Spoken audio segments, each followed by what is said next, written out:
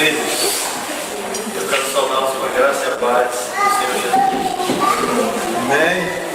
Quero dizer da nossa alegria, alegria minha, do Anjo, Gabriel. Gabriel está radiante com toda essa viagem aqui, essa experiência de estar aqui no mato, ter conhecido Davi agora. Ele já estava no quarto dizendo que vai fazer uma flecha para mim. Como é que ele sabe fazer uma flecha? Vai ter que fazer agora. Vai ter também. Mas eu quero dizer que a alegria cresce realmente, né? Eu me sinto em casa, eu tenho esse mesmo sentimento, né? Então, não tem palavras. Você imagina lá no céu. E nós vamos trabalhar os seguintes temas. Se você quiser anotar, se não, você vai ouvindo a cada dia e vai anotando por parte. Hoje de manhã nós vamos trabalhar o relacionamento com o outro. O relacionamento com o outro. Certo? Baseado em Mateus, capítulo 7, versículos de 1 a 5. Certo? À noite, nós vamos trabalhar os santos vínculos da cruz, baseado em João 19, 25 a 27. Certo? No sábado de manhã, nós vamos trabalhar a confiança que conduz à comunhão. Lógico, confiança em Deus, né? Que conduz à comunhão, baseado em Gênesis, capítulo 41, versos 50 a 52. À noite, nós vamos trabalhar atitudes que caracterizam a vida da comunhão da comunidade cristã, baseado em 1 Pedro 3, versículos 8 e 9.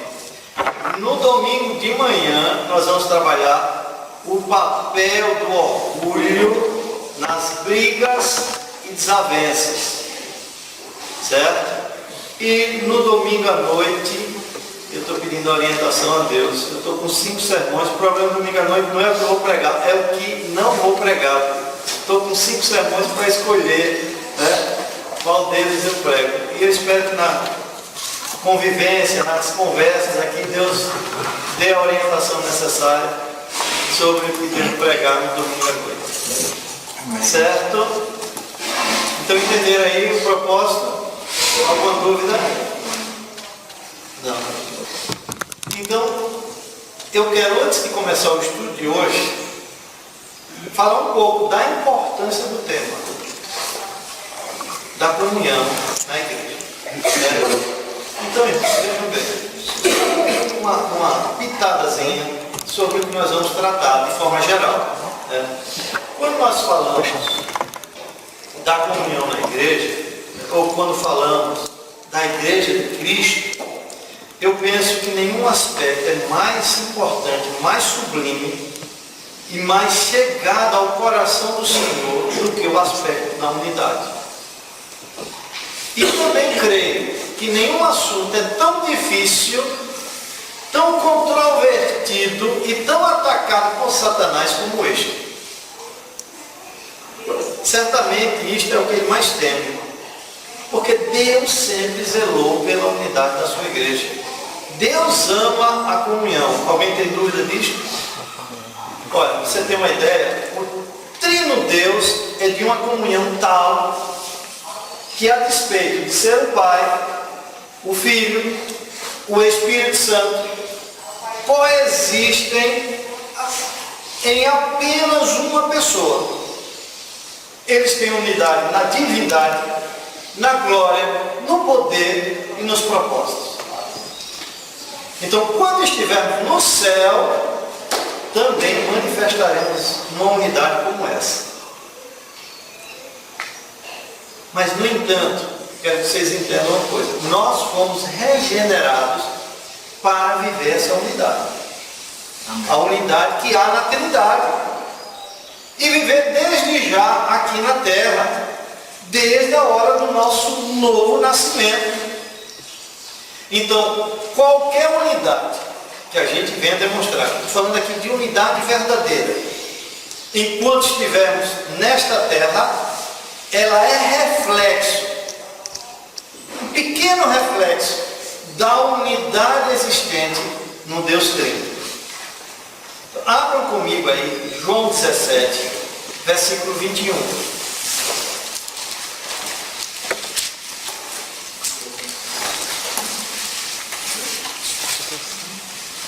Veja a oração de Jesus antes da sua morte.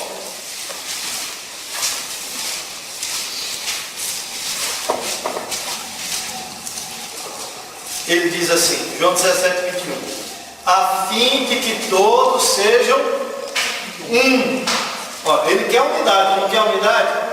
Ele não quer que sejamos um, como o Pai é, né? Um mais um igual a um, né? E ele diz, como és tu, como tu és, Pai, Filho e Espírito Santo, unidos, esse é o meu desejo. Como tu és, ó Pai, em mim e eu em ti, também sejam eles em nós. Essa é a mensagem que dá credibilidade à outra mensagem, para que o mundo creia que tu me enviaste. Eu não creio que uma igreja que não viva a unidade, por mais ortodoxa que seja, ela tenha credibilidade na sua mensagem perante o mundo. Não tem. Porque Jesus aqui diz para que o mundo creia que eu realmente sou enviado por ti. Então vocês percebem? A unidade na Trindade é o padrão da nossa unidade. Não é coisa pouca que Deus requer de nós. Então tem que ser muita graça, né? Como é que isso de fato pode acontecer? Abra aí 1 João, capítulo 1. 1 João, capítulo 1.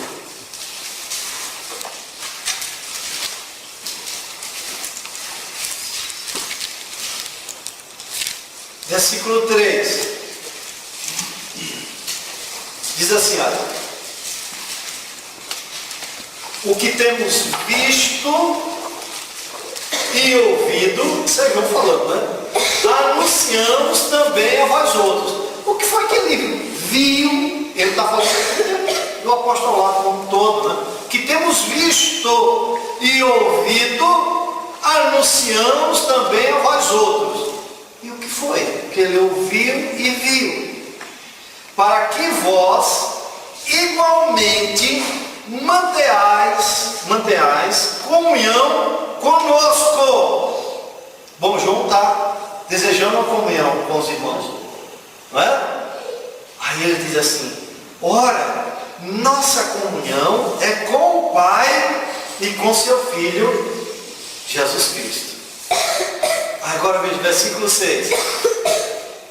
Se dissermos que mantemos comunhão com Ele e andarmos nas trevas, mentimos e não praticamos a verdade. Esse andar em trevas aqui é andar em desunião com os irmãos.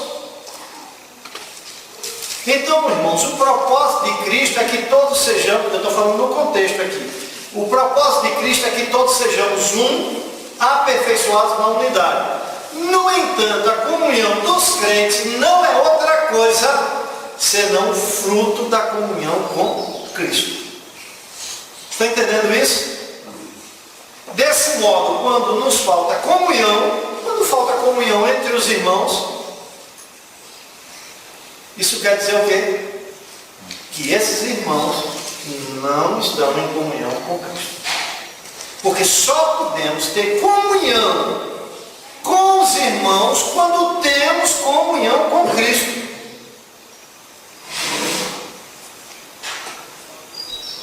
Então, desse modo, quando falta comunhão com Cristo, invariavelmente falta comunhão entre os irmãos.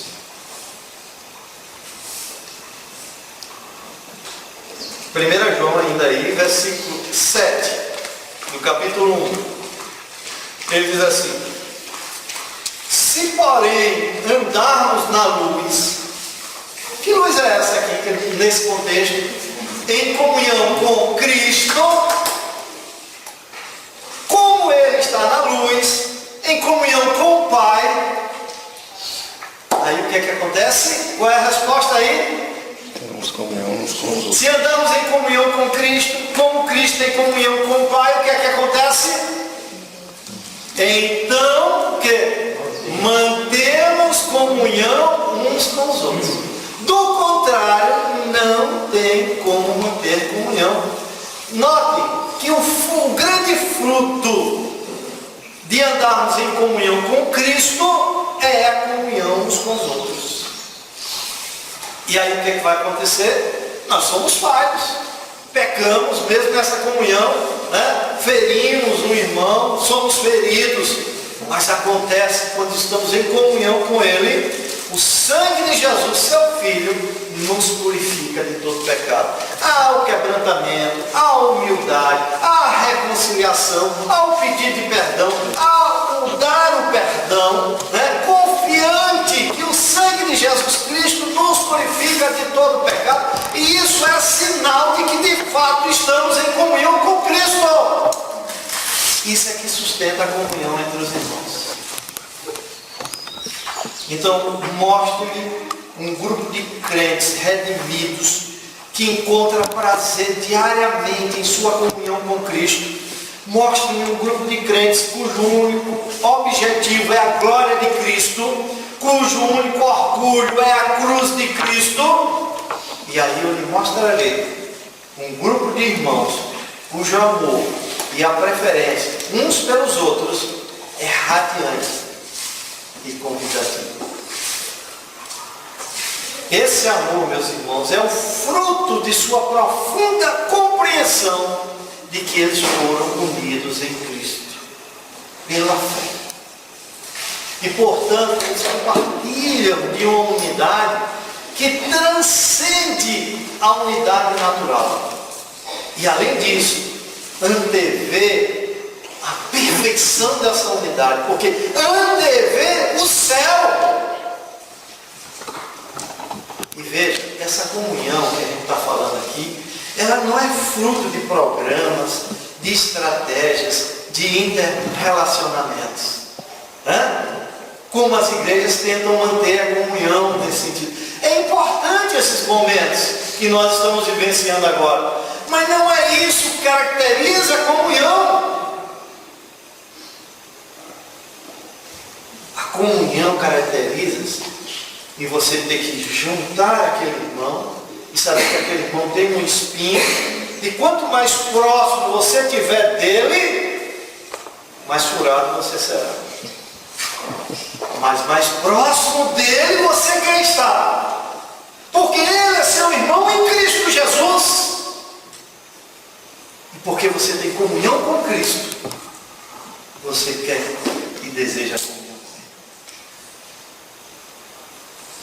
Então, meus irmãos, essa comunhão é fruto do seguinte: eu só amo porque eu fui amado primeiro. Então, o fruto dessa comunhão está arraigado no próprio Cristo e na sua palavra. Desse modo, entendemos que a verdadeira comunhão da igreja é apenas um subproduto de corações que estão vibrando com Jesus. Entendeu? Ela não é o fim, ela é o meio. Então, diante dessa verdade, meus irmãos, surge uma pergunta que não quer calar. O que fazer, pastor, de forma prática, para aumentar a capacidade dos crentes de terem essa comunhão uns com os outros? É isso que eu me proponho a mostrar a partir de agora, nessa série de estudos. Entenderam a proposta? Entenderam a importância da comunhão na vida da igreja? Então, quando se a igreja diz assim, nós somos uma igreja firme, nós somos uma igreja ortodoxa, nós somos uma igreja segura na doutrina, tal. E se ela não vive em comunhão, tudo aquilo que ela está dizendo não tem valor nenhum. Ela está negando tudo aquilo. De fato, ela não tem ortodoxia nenhuma. Porque a ortodoxia dela não está fundamentada numa comunhão com Cristo.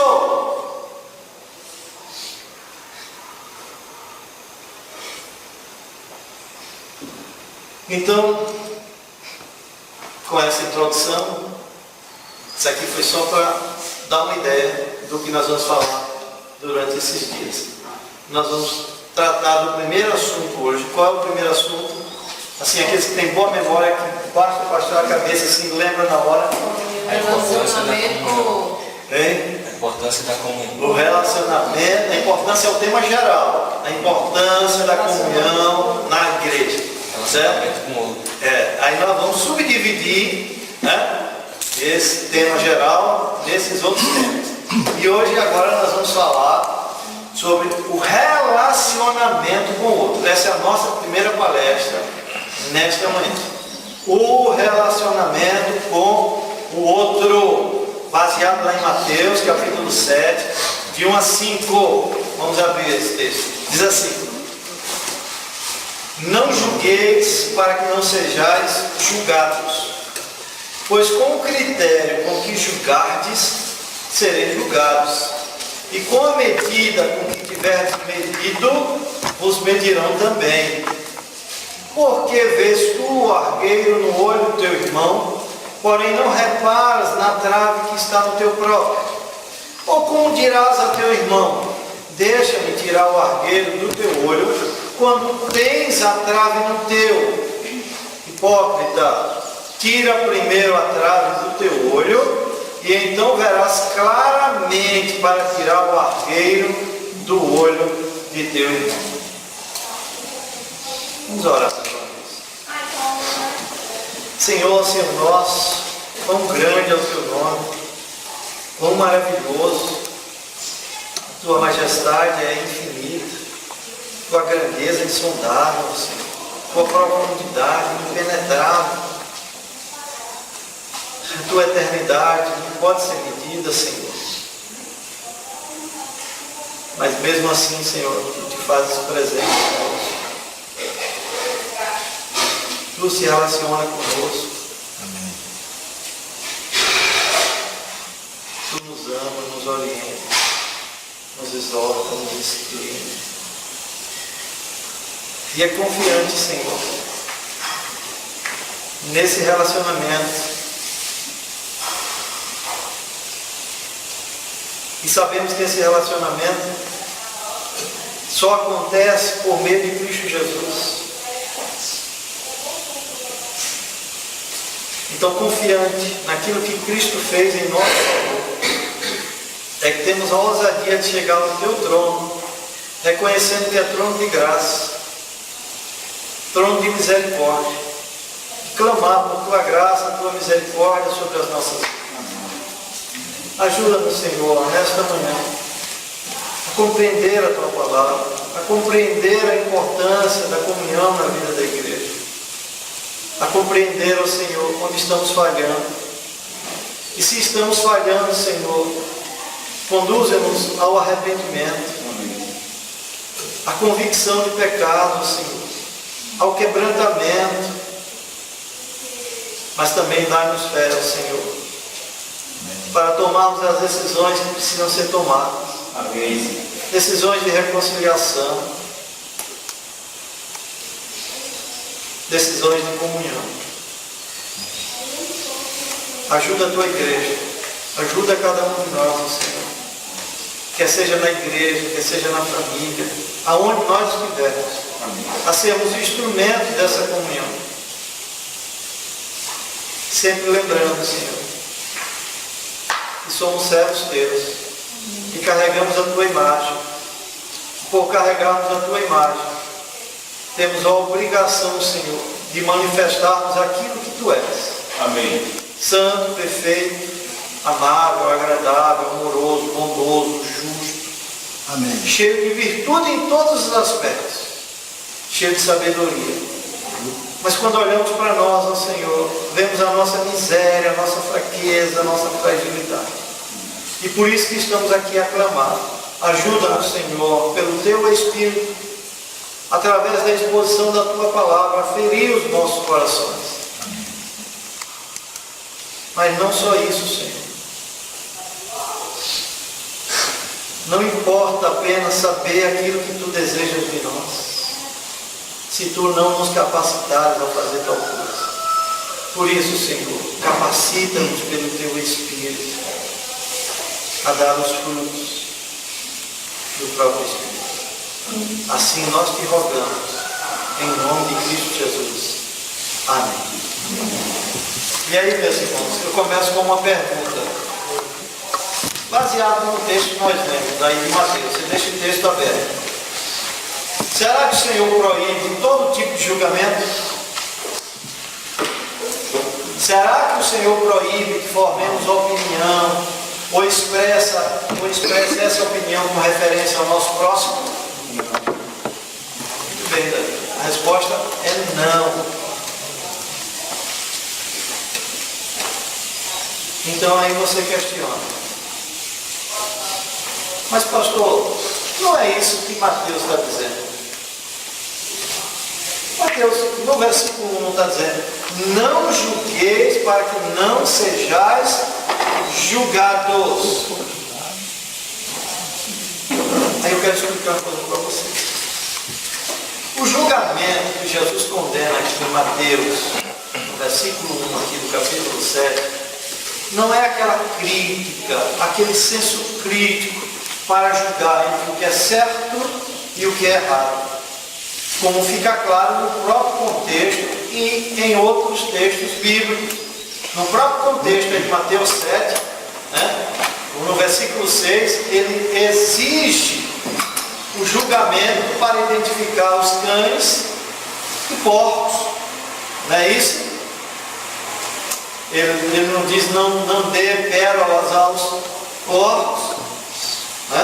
Então, como é que eu vou saber quem é cão, quem é porco, se eu não exercer um julgamento? Também no versículos 15 e 20, ele exige julgamento pelos frutos para identificar quem são os falsos profetas. Então, ele diz: pelos frutos é possível identificar os falsos profetas. Paulo, escrevendo aos irmãos Tessalônica, diz que devemos julgar todas as coisas, lá em 1 Tessalonicenses capítulo 5, versículos 20 e 21. Escrevendo aos irmãos de Corinto, Paulo diz: falo como a criteriosos, julgai vós mesmos o que eu digo. Está lá em 1 Coríntios 10, 15. Em relação aos pecados públicos, Paulo escreveu o seguinte: pois com que direito haveria eu de julgar os de fora? Não julgais vós os de dentro? Os de fora, porém, Deus os julgará. Expulsai, pois, dentre vós o malfeitor. Está lá em 1 Coríntios 5, versículos 12 e 13. Paulo também diz que precisamos examinar e julgar a nós mesmos, porque se nós julgássemos a nós mesmos, não seríamos julgados. Está lá em 1 Coríntios 11, 31. Então, este versículo nos exorta a um exame e julgamento cuidadoso do nosso próprio coração.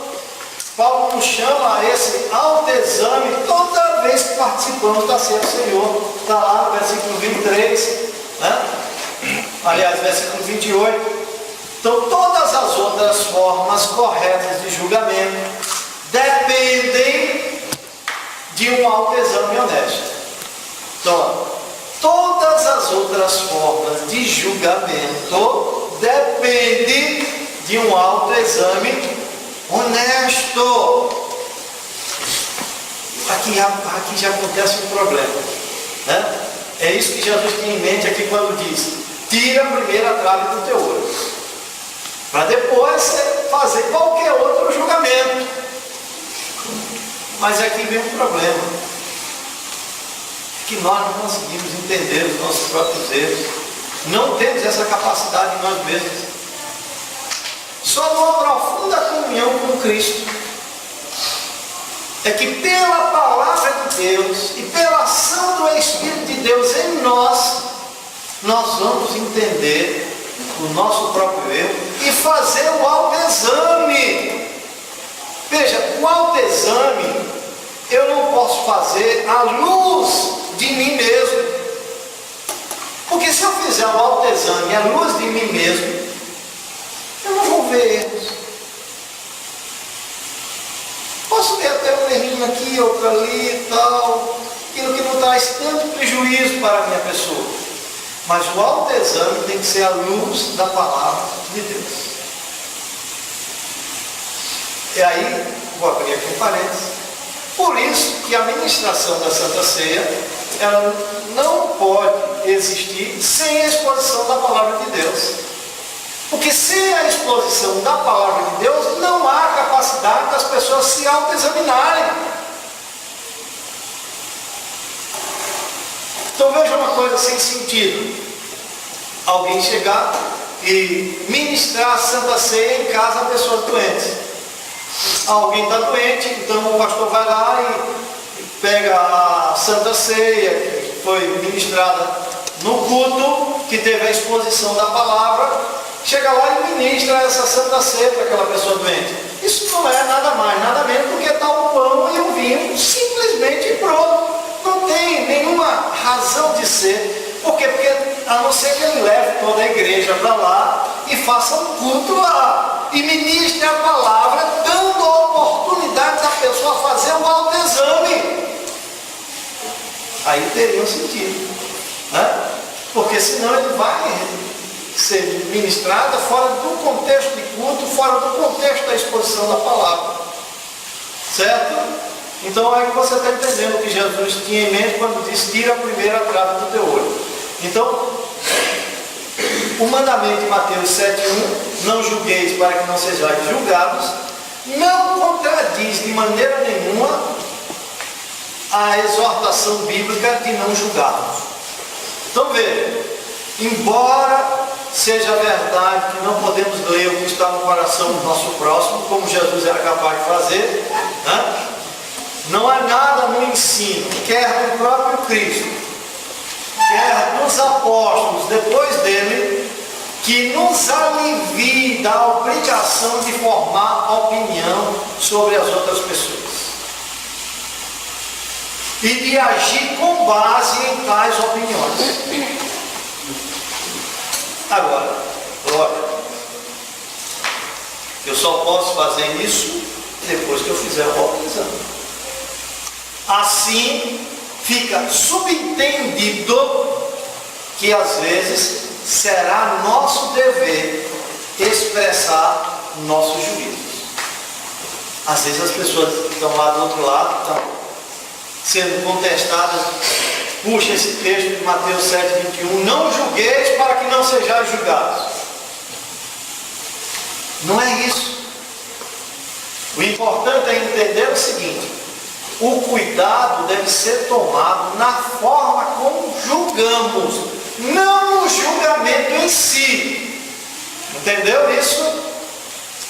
O que não podemos fazer é avaliar os outros com desconfiança, procurar fraquezas e fracassos periódicos nas pessoas, pressupor uma atitude de autoridade sobre outra pessoa, cultivar um espírito destrutivo e condenatório, ou achar culpas insignificantes.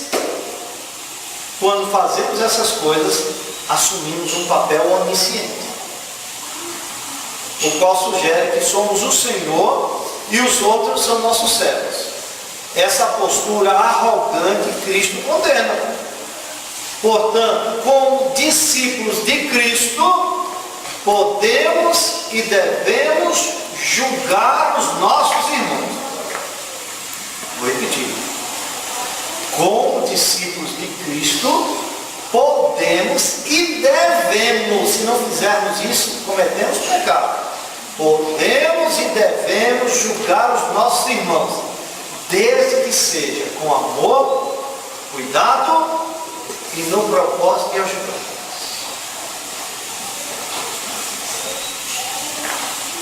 Vejamos o que Jesus ensina sobre isso.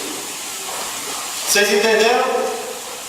Entenderam o que diz Mateus 7,1? Não julgueis para que não sejais julgados. Entendeu o tipo de julgamento que está sendo condenado aqui? Isso não quer dizer necessariamente que não podemos fazer o julgamento. Agora, alguns cuidados devem ser tomados, certo? Então, é permitido julgar? Sim. Em primeiro lugar, é permitido julgar, desde que não sejamos juízes. Certo? Vamos ver agora os versículos 1 e 2 aí de Mateus. Leia, por favor. Mateus 7, todos juntos. Não julgueis para que não sejais julgados, pois com o critério com que julgares, sereis julgados. E com a medida com que tiveres medido, vos medirão também. Olha, quando ele diz assim, não julgueis, o que Jesus condena aqui é o tipo de julgamento que mais parece com uma condenação. O grande problema da condenação é que são baseadas nas aparências e boatos, e não na realidade das coisas. Esse tipo de julgamento Cristo condena. Lá em João 7, 24, o texto diz assim: não julgueis segundo a aparência, e sim pela reta justiça. E sim julgue, mas pela reta justiça. Julgar pela aparência, meus irmãos, é julgar o motivo dos outros. É como se eu fosse um juiz, como se eu tivesse a capacidade de penetrar o coração e entender as motivações.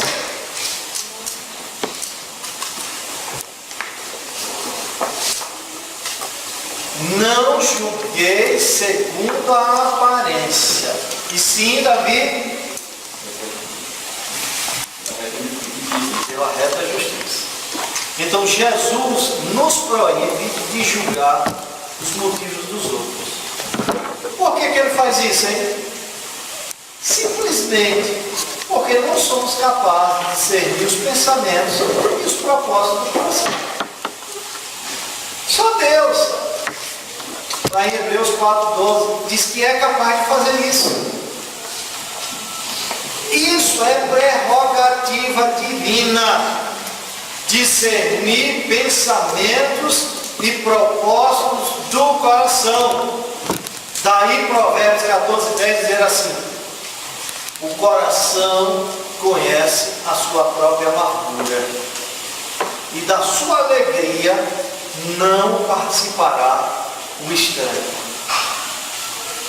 Então veja, a profundidade da amargura ou o pico da alegria que uma pessoa sente, seja amargura ou alegria, não podem ser do conhecimento de outra pessoa. Entendeu isso?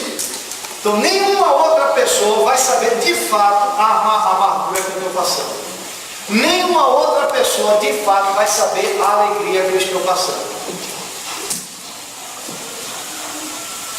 Isso aqui é maravilhoso, né? Porque quando eu me senti incompreendido, já tenho motivos para perdoar. Perdoe, porque ele não sabe o que você sente. Né? Ele só disse aqui porque ele não sabe de fato o que você está passando. O coração, meus irmãos, alma, mente e consciência, ele cria um conjunto de sentimentos e de pensamentos que são conhecidos pela pessoa e pelo seu Criador. A angústia e a dor em uma alma, gerada pela circunstância, pelo medo, pelo remorso, pela desesperança, é propriedade pessoal da pessoa. Olha que coisa, você está sozinho nesse mundo. pessoas me compreendam como realmente você precisa dessa compreensão.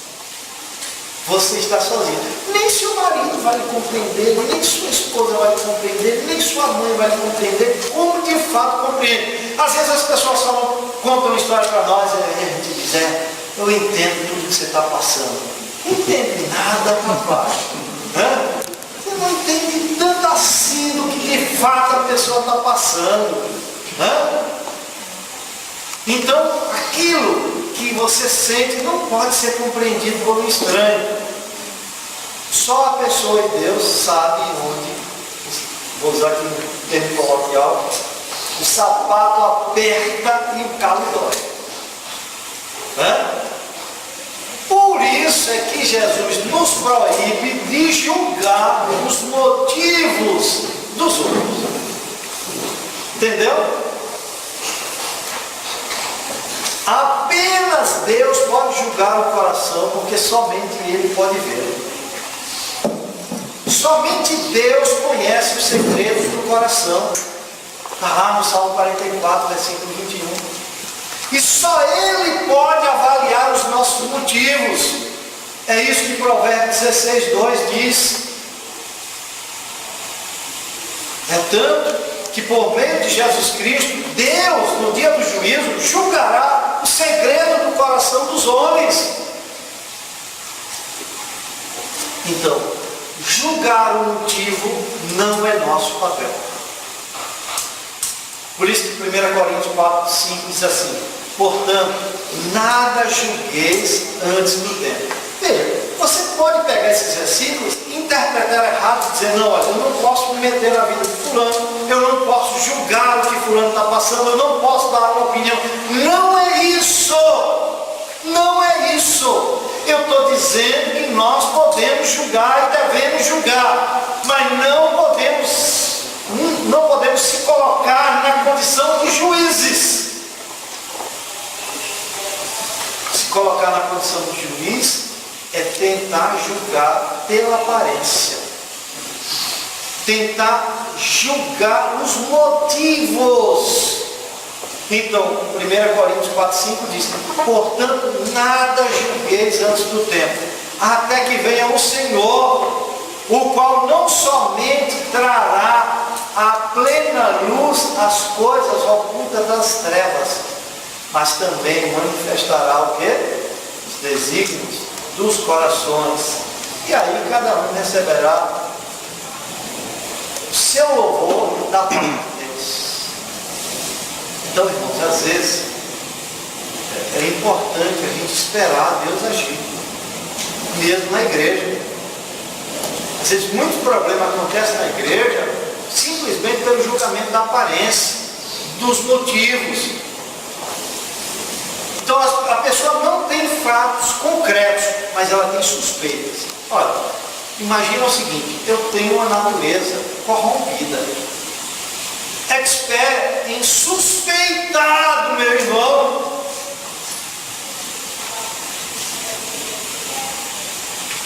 Se eu der vazão, ela é capaz de criar um cenário no qual a pessoa já efetuou todas as coisas sem de fato ter feito nada, só na minha mente.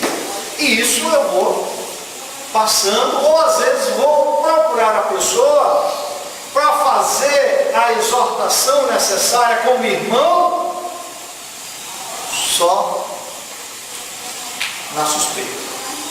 Isso traz transtorno, é isso que quebra a comunhão muitas vezes, porque vai para lá, dar um aconselhamento e a coisa fica muito pior. Então espera, tenha paciência. Então eu quero que vocês ouçam uma coisa: o julgamento que é feito com base nas aparências nos coloca como juiz, tomando para si uma prerrogativa divina. Além do que, o julgamento que é feito com base nas aparências e boatos é precipitado. É precipitado. E nele se corre o risco de dizer coisas falsas, coisas desnecessárias e coisas maldosas. Provérbios 18:8 diz assim: as palavras maldizentes são doces bocados que descem para o mais interior do ventre. Certa vez, eu li em um boletim da igreja as seguintes palavras. Nunca esqueci. Diz assim, o boletim dizia assim: por favor, não acuse o homem que manqueja ou tropeça pela estrada. Vou repetir. Por favor, não acuse o homem que manqueja ou tropeça pela estrada. A não ser que você já tenha calçado os sapatos dele ou carregado o seu fardo. Talvez haja pregos no seu sapato que você não está vendo. E o fardo que ele carrega poderia fazer você também tropeçar. Não faça pouco do homem que se sente abatido, a não ser que você já tenha experimentado o que ele experimentou e que só ele conhece. Talvez você seja forte, mas o golpe, se fosse em você, também poderia, da mesma maneira e na mesma hora, fazê-lo cambalear como ele cambaleou. Não seja tão áspero com aquilo que falha. Não lhe jogue pedras, a não ser que você tenha certeza, e muita certeza, que não tem falta nenhuma. Fique sabendo que se o tentador cochichasse do mesmo modo para você, como fez com ele quando ele se desviou, você também teria se desviado. Percebem, irmãos? Tirar conclusões sobre os outros quando não conhecemos os fatos, quando não conhecemos os motivos e as circunstâncias envolvidas, é colocar-se no lugar de juiz, como se tivéssemos condições de ler os pensamentos. Quais são as razões para não nos colocarmos na posição de juiz? Primeiro, porque somos falíveis. Somos pecadores como os outros. Vejam o que diz Romanos 2:1. Portanto, és indesculpável, ó homem, quando julgas quem quer que sejas. Porque no que julgas a outro, o que é que acontece? Olha que coisa, na medida que eu estou julgando, eu estou trazendo juízo sobre mim mesmo, pois praticas as próprias coisas que convém. Eu sou falível, por isso que eu não posso me colocar nessa posição de juiz. Né? Isso não quer dizer porque eu tenho falhas, né? Eu não devo procurar o meu irmão, eu não devo julgar a coisa. Não é isso, volta a enfatizar. Eu só não posso fazer isso na condição de juiz. Então eu tenho que primeiro fazer meu autoexame. Será que eu estou cometendo a mesma falha que ele? Ou pior do que ele? Então deixa eu me corrigir primeiro. Depois que eu me corrigir, talvez eu tenha compreensão até diferente das dúvidas que ele está passando. E vou chegar lá de outro modo.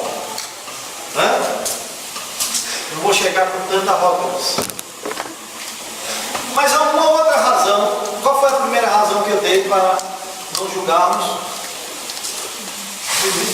Para não nos colocar na condição de juiz? Qual foi a primeira razão? Somos falíveis. Certo? Somos falíveis.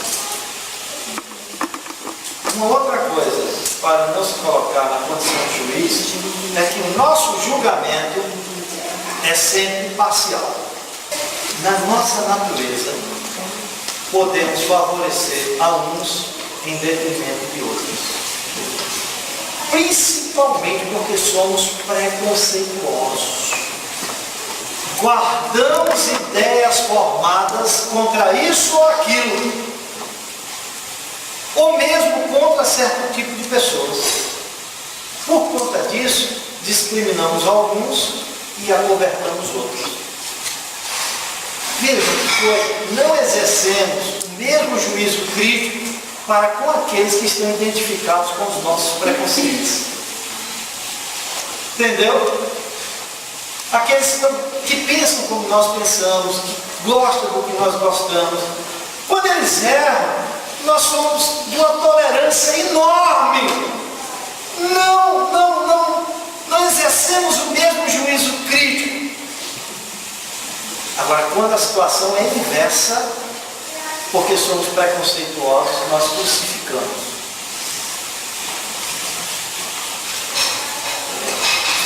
Alguém já disse o seguinte, eu não sei se foi Spurgeon, eu ouvi essa frase, né?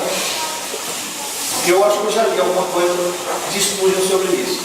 Mas ele diz assim, quando você tiver vontade de ir às atitudes dos outros, seria muito bom parar um pouco e olhar para si mesmo. Depois, acrescente 50% de virtude no seu próximo.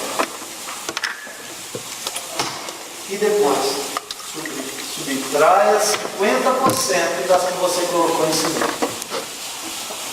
Se o fizer, deixará de criticar os outros com tanta prontidão. Mas ainda há uma outra razão para não sermos juízes. Qual foi a primeira? Somos falíveis. Somos ou não somos? Somos. A segunda? Somos parciais no nosso julgamento.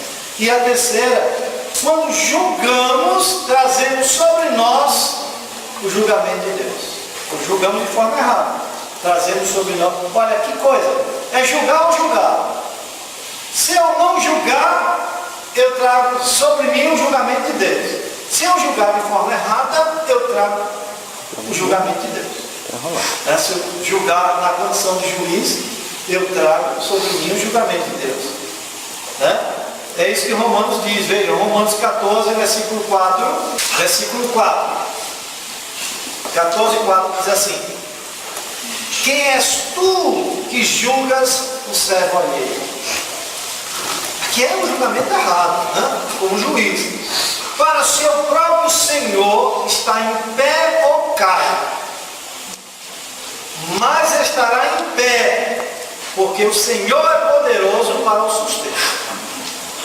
O versículo 10 diz assim: tu, porém, porque julgas teu irmão, e tu, porque desprezas o teu, pois todos compareceremos perante o tribunal de Deus.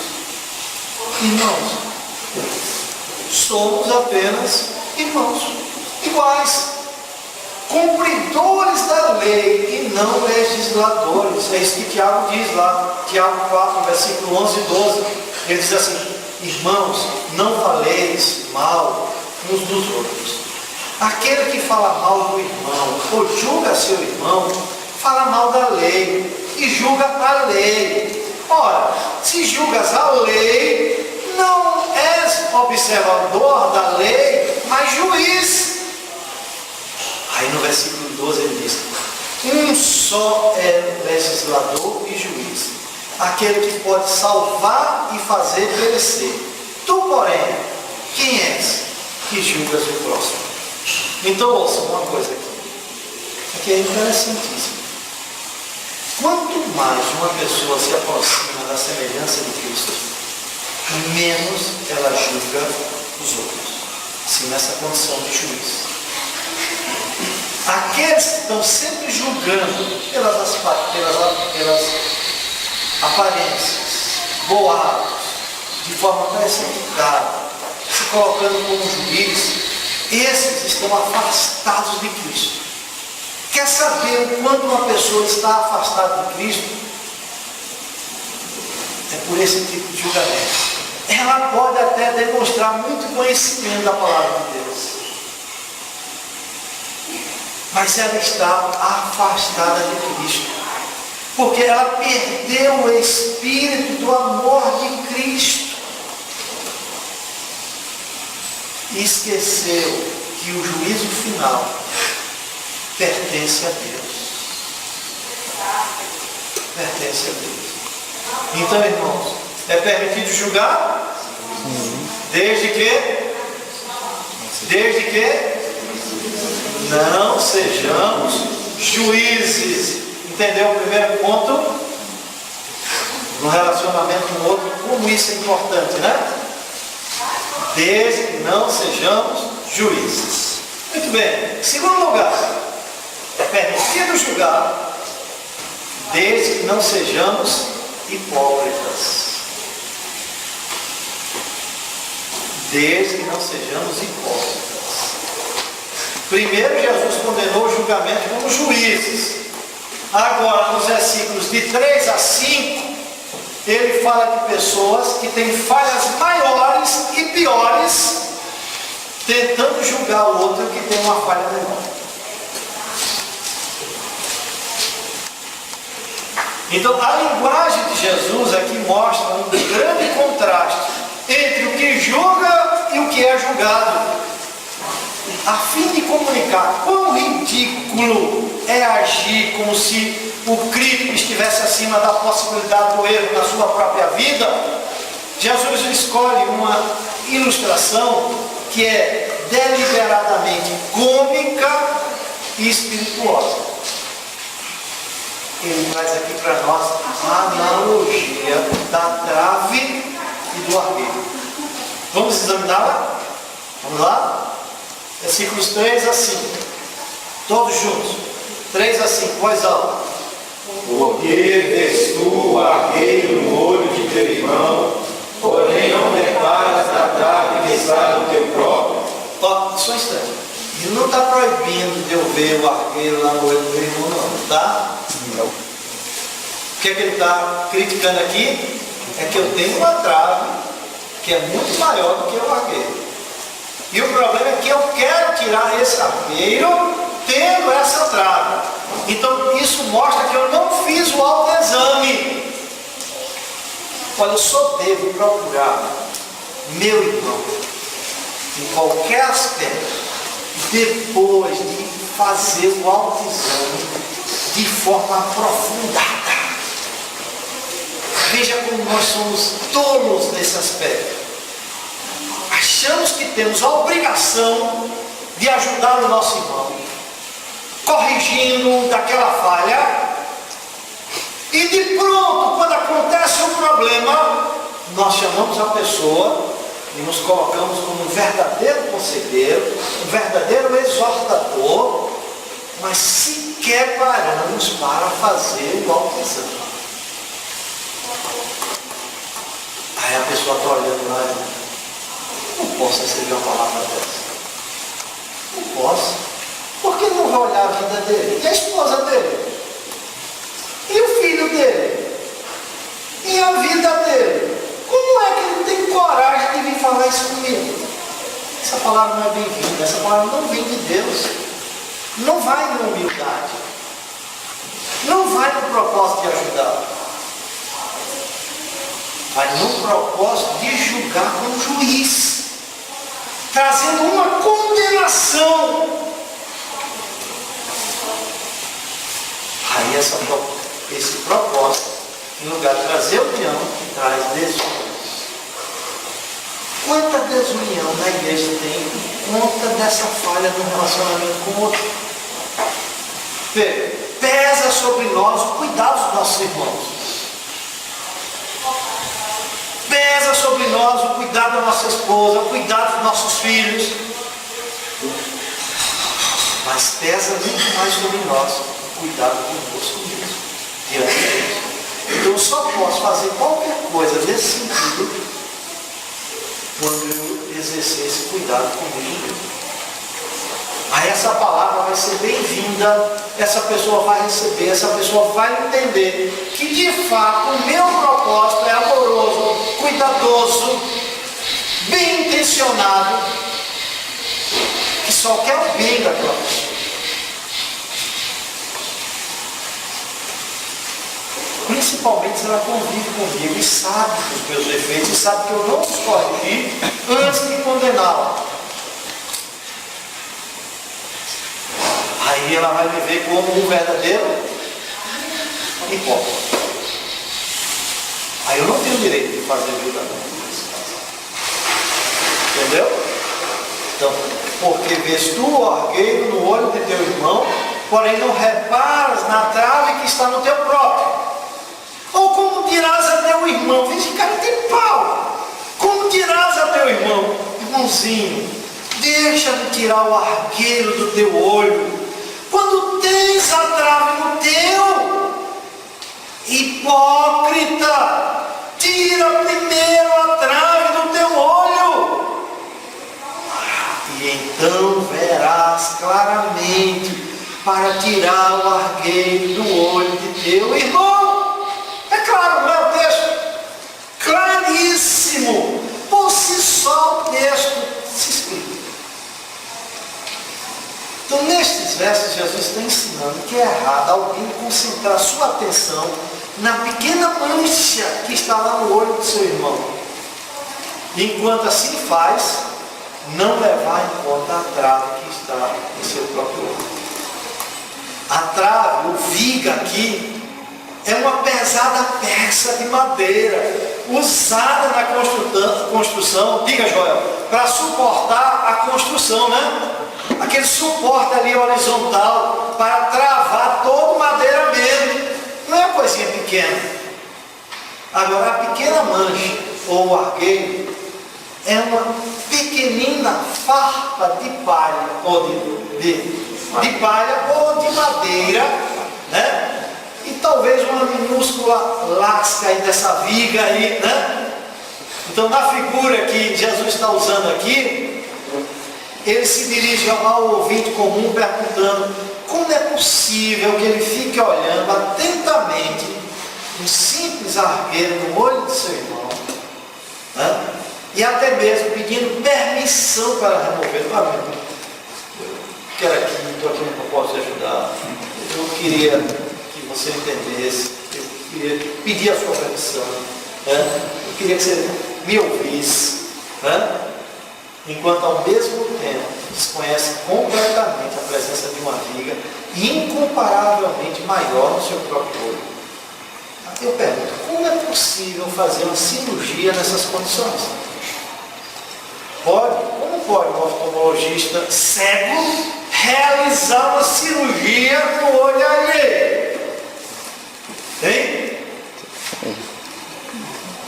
Jesus disse que isso é hipocrisia. Aqui o Senhor condena o espírito de censura, o juízo áspero, a autojustificativa em detrimento de outros. Spurgeon, ele capta a essência da reprimenda de Jesus, dizendo o seguinte sobre esses versículos. Eu achei fantástico o que ele disse. Ele diz assim, preste atenção: imagine um homem com uma viga em seu olho, pretendendo tratar de uma parte tão sensível como o olho de uma outra pessoa.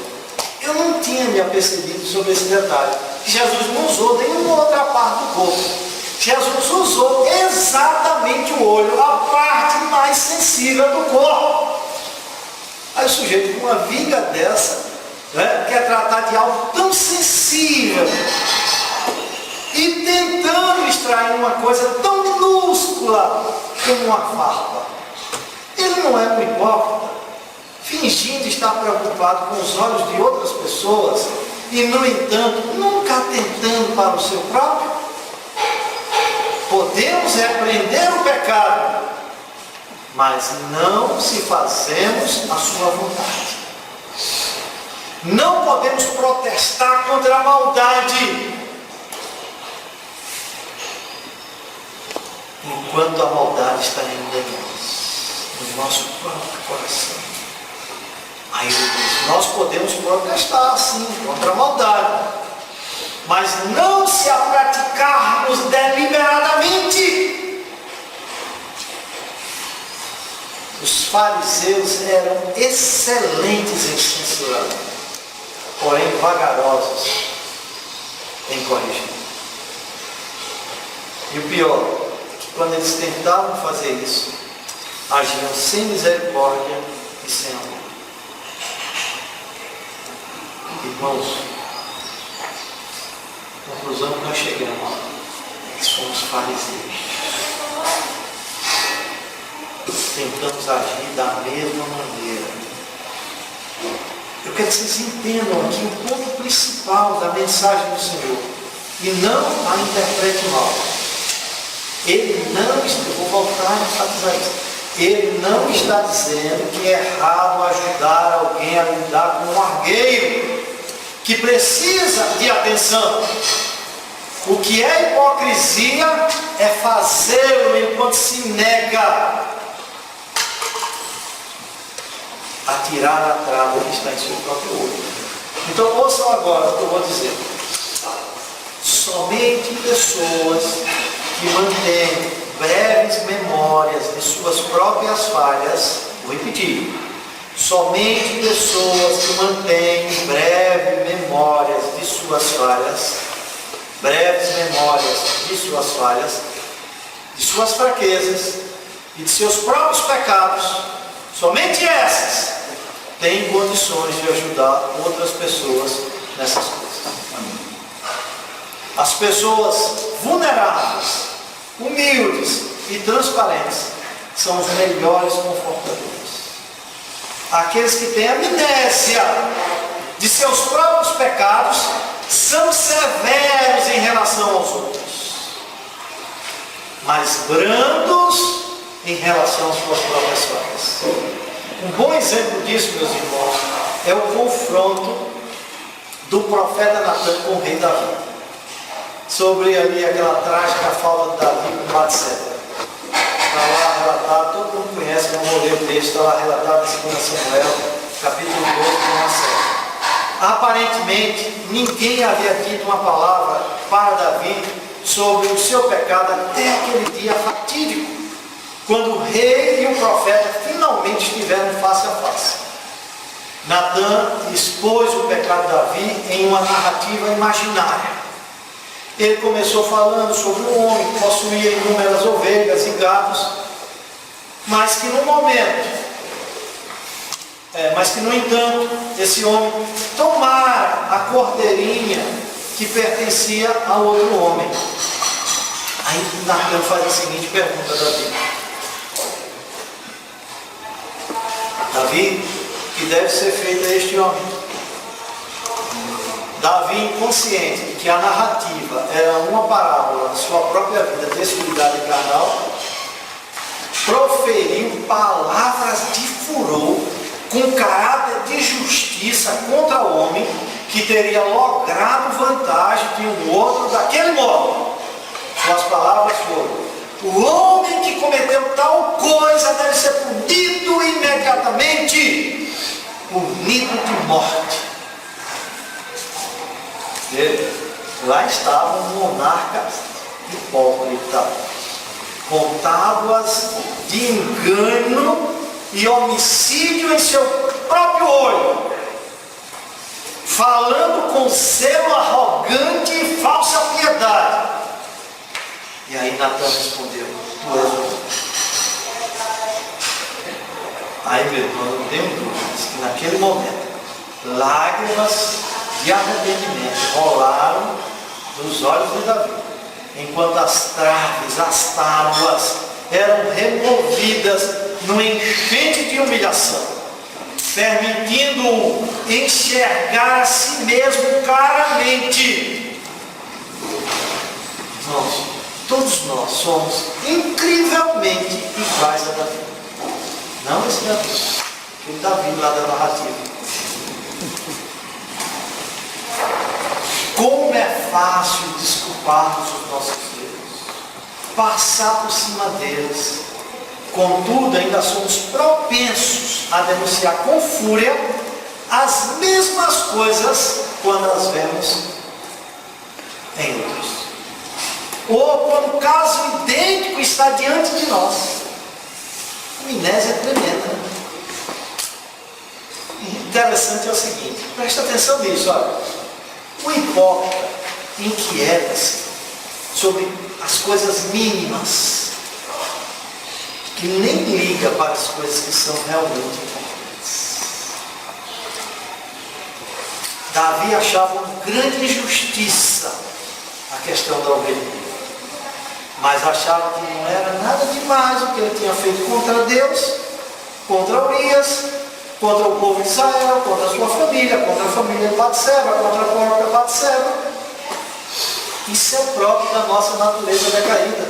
Daí Davi chegar no Salmo 51, depois do arrependimento, dizer assim: eu nasci em iniquidade, eu fui formado em pecado. O inverso, né? Eu fui formado em iniquidade, eu nasci em pecado. Isso está entranhado alucinadoramente na minha natureza. Conseguimos ver o argueiro no olho do nosso próximo, mas não conseguimos ver atrás do nosso próprio olho. E o interessante aqui é que projetamos nos outros aquilo que somos, numa dimensão muito maior. Agora, sabe por que nós fazemos isso? Isso é uma tática que nós fazemos para fugir do nosso próprio erro, fugir do nosso próprio pecado. Então dá para entender? Exaltar-se diminuindo os outros. Era só o fariseu que fazia isso. Como aquela parábola lá do fariseu e do publicano. Nós gostamos de mostrar espiritualidade, santidade, mas como é que nós fazemos isso? Como é que projetamos a nossa santidade e a nossa espiritualidade? Projetando as falhas dos outros. Aí nós mostramos o quanto somos santos, o quanto somos espirituais. Irmãos, farisaísmo é o melhor que um homem pode possuir.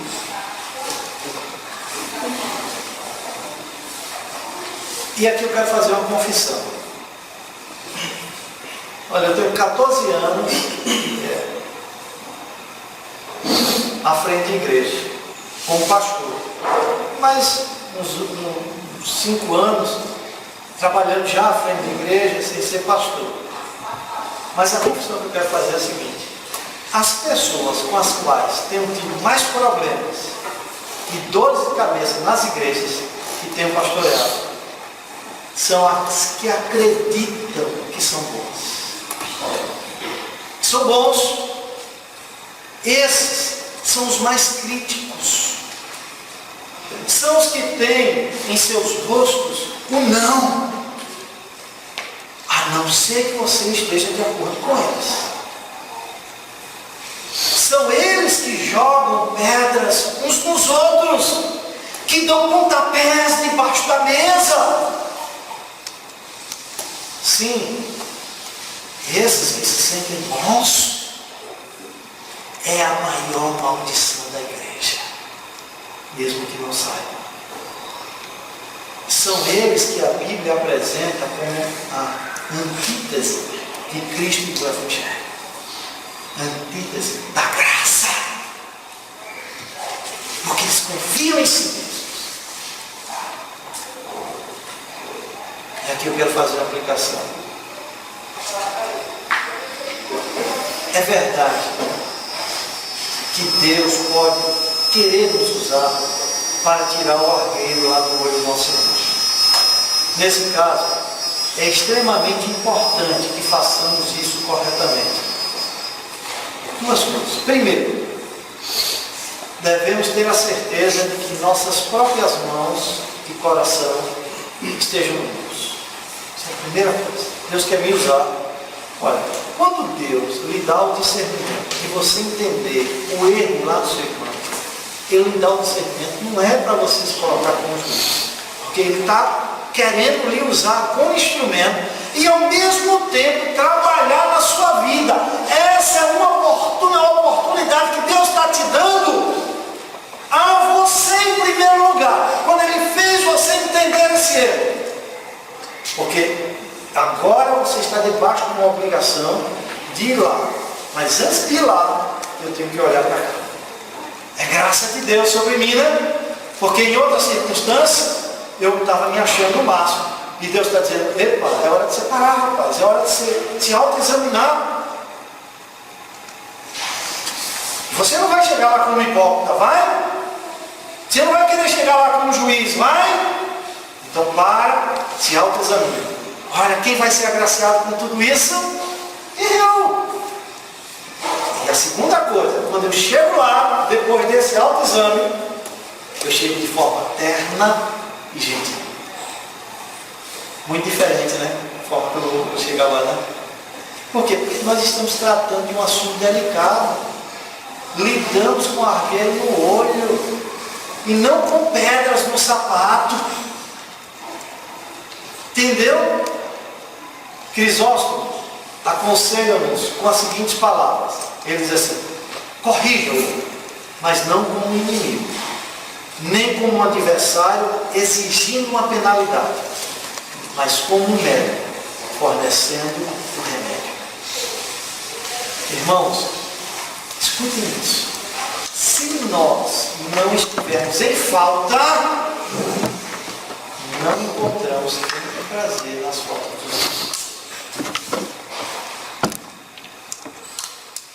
Isso aqui é fantástico. Olha, quando você sentir prazer lá na queda daquilo, na falta daquilo, olha para você, isso é um mau sinal.